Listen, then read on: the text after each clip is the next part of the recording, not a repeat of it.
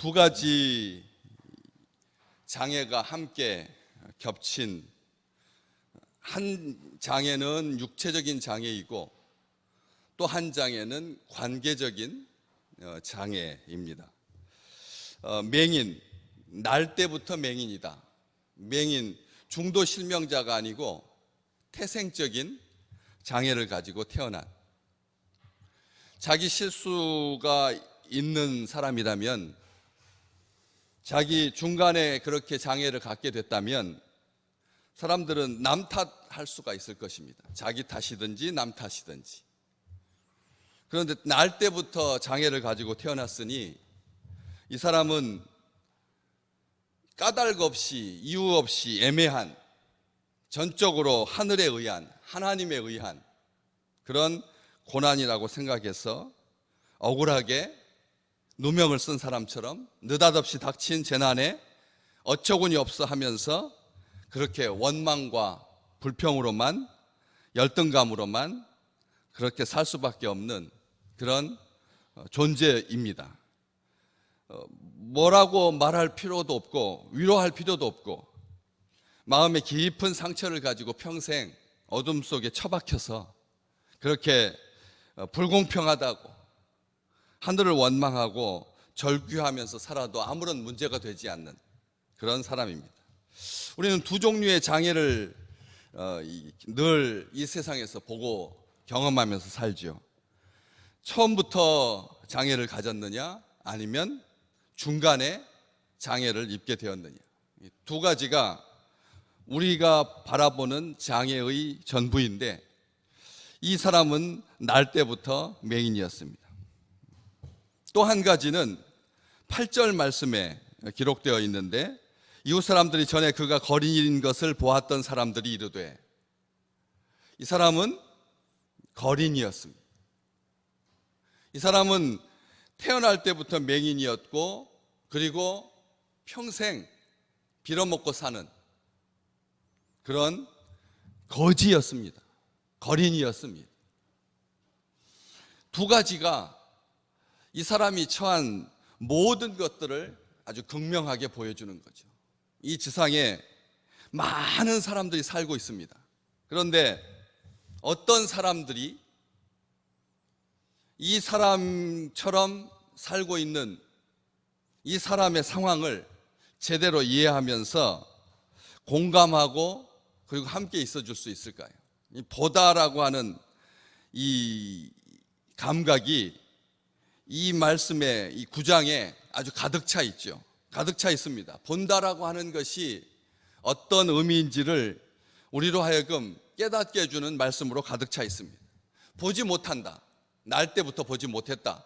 그리고 가난하다라고 하는 이 두 가지가 이 사람이 처한 아주 실상을 잘 보여주고 있고, 그렇기 때문에 이 사람은 처음에는 들리는 것으로 인하여서 얼마나 많은 소리를 들었겠습니까? 혀를 끌끌 차는 소리들, 짠하다라고 하는 소리를, 불쌍하다라고 하는 소리, 그렇게 많이 듣고 자랐지만 처음에는 그것 때문에 상처가 되었고 아팠겠지만 시간이 지나면서 소리 지르지도 아니하고 그냥 구걸하는 인생으로 만족하면서 그렇게 살았을 것입니다.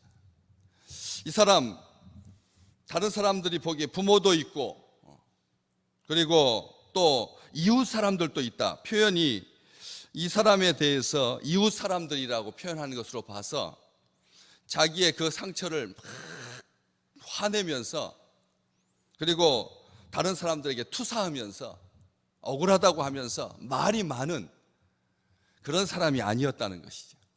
이 사람의 나이가 어느 정도였는지 전혀 가늠할 수가 없습니다.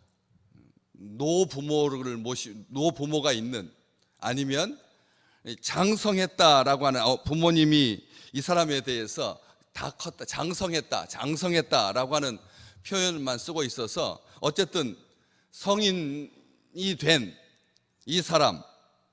그런데 이웃 사람들은 보았지만 제대로 보지 못했습니다. 뭐라고 말하냐면 이 8절 말씀에 앉아서 구걸하던 자가 아니냐, 또 어떤 사람은 그 사람이라, 또 어떤 사람은 아니다, 이 세 종류, 이웃이고 그를 보았던, 8절 말씀에 보았다라고 하는 말을 요한은 빼놓지 아니하고 쓰고 있습니다. 그냥 이웃 사람들이 그에 대해서 거린이다, 그 사람이다, 아니다 이렇게 말하는 것이 아니라 보았던 사람들이 그렇게 말을 했습니다. 본다라고 했지만 실상은 제대로 보지 않았다는 것이죠. 그 사람이 날 때부터 맹인이고 거린인 이 사람에 대해서 이웃인데도 불구하고 제대로 보지 아니하고 대충 보고 막연하게 보고 신경 쓰지 않았던 것입니다.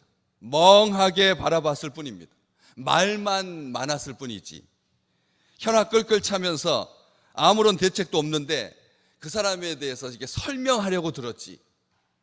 예수님의 제자들도 마찬가지입니다. 제자들이 물어서 선생님, 이 사람이 맹인으로 난 것이 누구의 죄로 인함입니까? 자기입니까? 부모입니까? 이렇게 편한 대로 자기 생각대로 보고 싶은 것만 봤다라는 것이죠. 앞을 보지 못하고 구걸해서 먹고 사는 이 남자에 대해서 사람들이나 제자들이나 다 별반 차이 없이 근본 원인도 모른 채 이런저런 말만 많았다는 것입니다. 우리가 이 땅에 장애를 가지고 살아가는 사람들에 대해서 어떤 생각을 가지고 계십니까? 처음에 잘못 도와줬다가는 평생 그의 수발만 들면서 살겠다 싶어서 처음에는 아주 울분으로, 처음에는 아주 각오로, 처음에는 아주 선한 의지를 가지고 시작은 합니다. 그러나 장애를 가진, 몸에서 쩔은 냄새가 나는, 구걸하는, 더러운 그런 사람들을 대할 때 우리는 지속성이라고 하는 그 문제에 결국은 무너지고 맙니다. 밑도 끝도 없다. 장애를 가지고 가난하게 사는 사람들이 장수하는 법은 없거든요. 젊은 날 세상을 떠납니다. 40대에도 가기도 하고, 어쨌든 장애를 가진 사람들은 일찍 세상을 떠나는데 그 사람들에 대해서 우리는 마치 영원한 굴레인 것처럼 사람들을 대하고 그렇게 마음에 끝까지 함께 가겠다라고 하는 생각은 전혀 없습니다. 그냥 불쌍할 뿐입니다. 그리고 도대체 누구 죄 때문에 저 모양인가를 생각하는, 이것이 다라고 하는 것이죠. 그런데 우리 주님은 예수께서 길을 가실 때 날 때부터 맹인된 사람을 보셨다, 이 보다라고 하는 것이 의도적으로, 구체적으로, 그리고 고치시려고, 긍휼을 베푸시려고, 은혜를 주시려고, 일으키시려고, 보게 하려고 보셨다는 것입니다. 같이 보지만 사람들이 보는 것과 제자들이 보는 것과 우리 주님이 보는 것이 달랐다는 것이죠.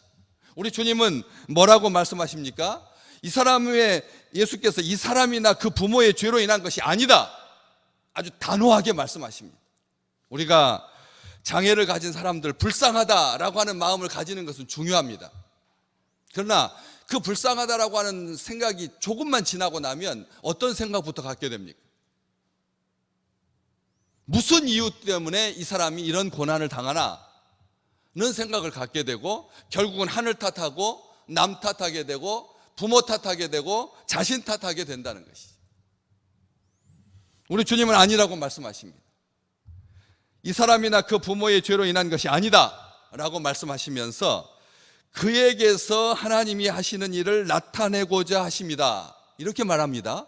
그에게서 하나님이 하시는 일을 나타내고자 하십니다.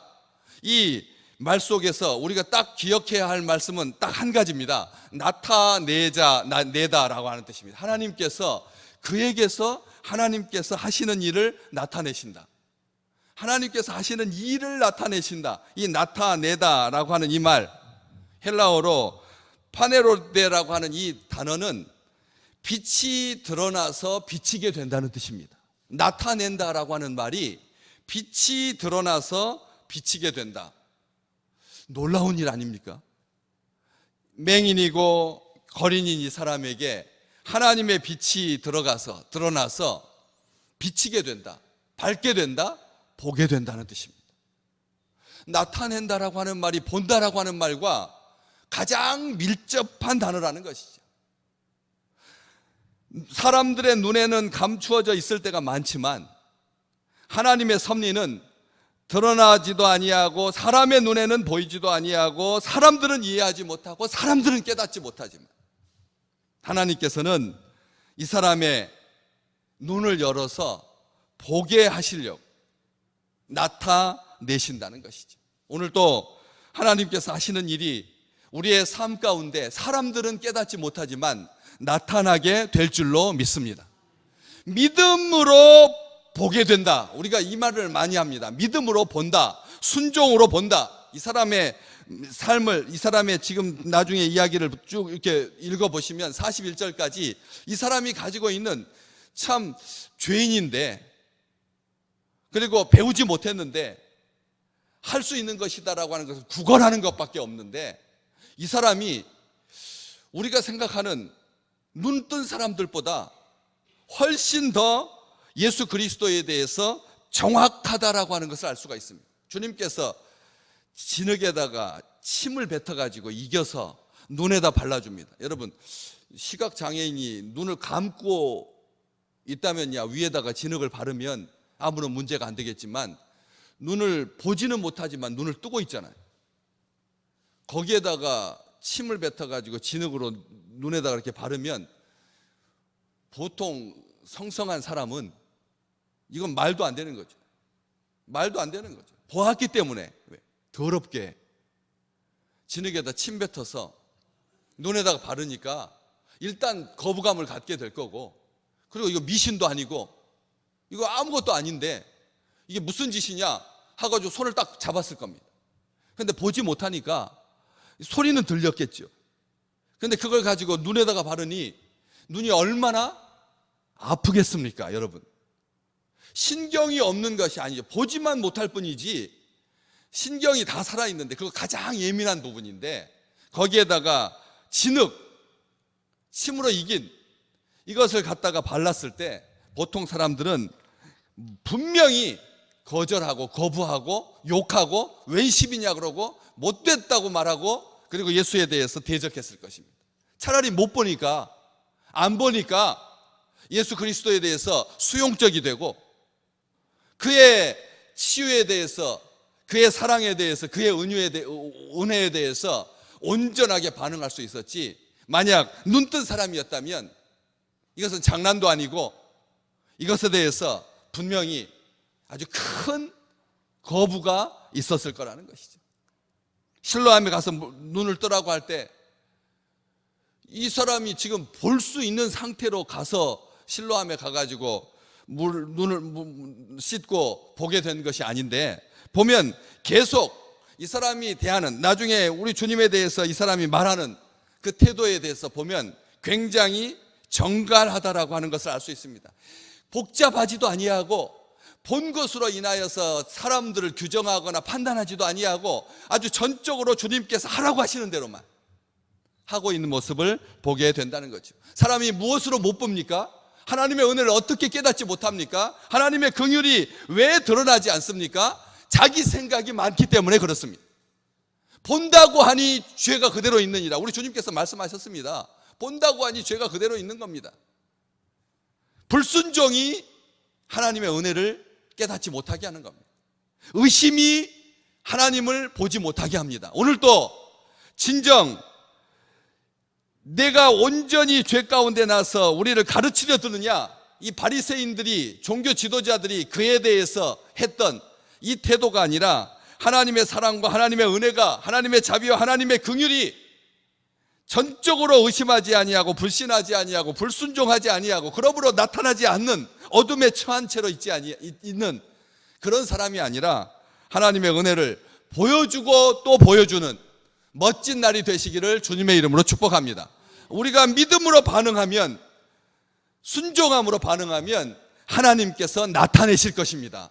하시는 일, 했던 일 아닙니다. 할 일도 아닙니다. 지금 현재 우리를 위하시는 은혜가 충만한 날이 되시기를 주님의 이름으로 축복합니다. 보여주는 자, 은혜로 반응하는 자, 믿음으로 반응하는 자, 바로 그 사람이 나라고 하는 것을 이 말씀을 통해서 깨닫는 은총의 날이 될 줄로 믿습니다.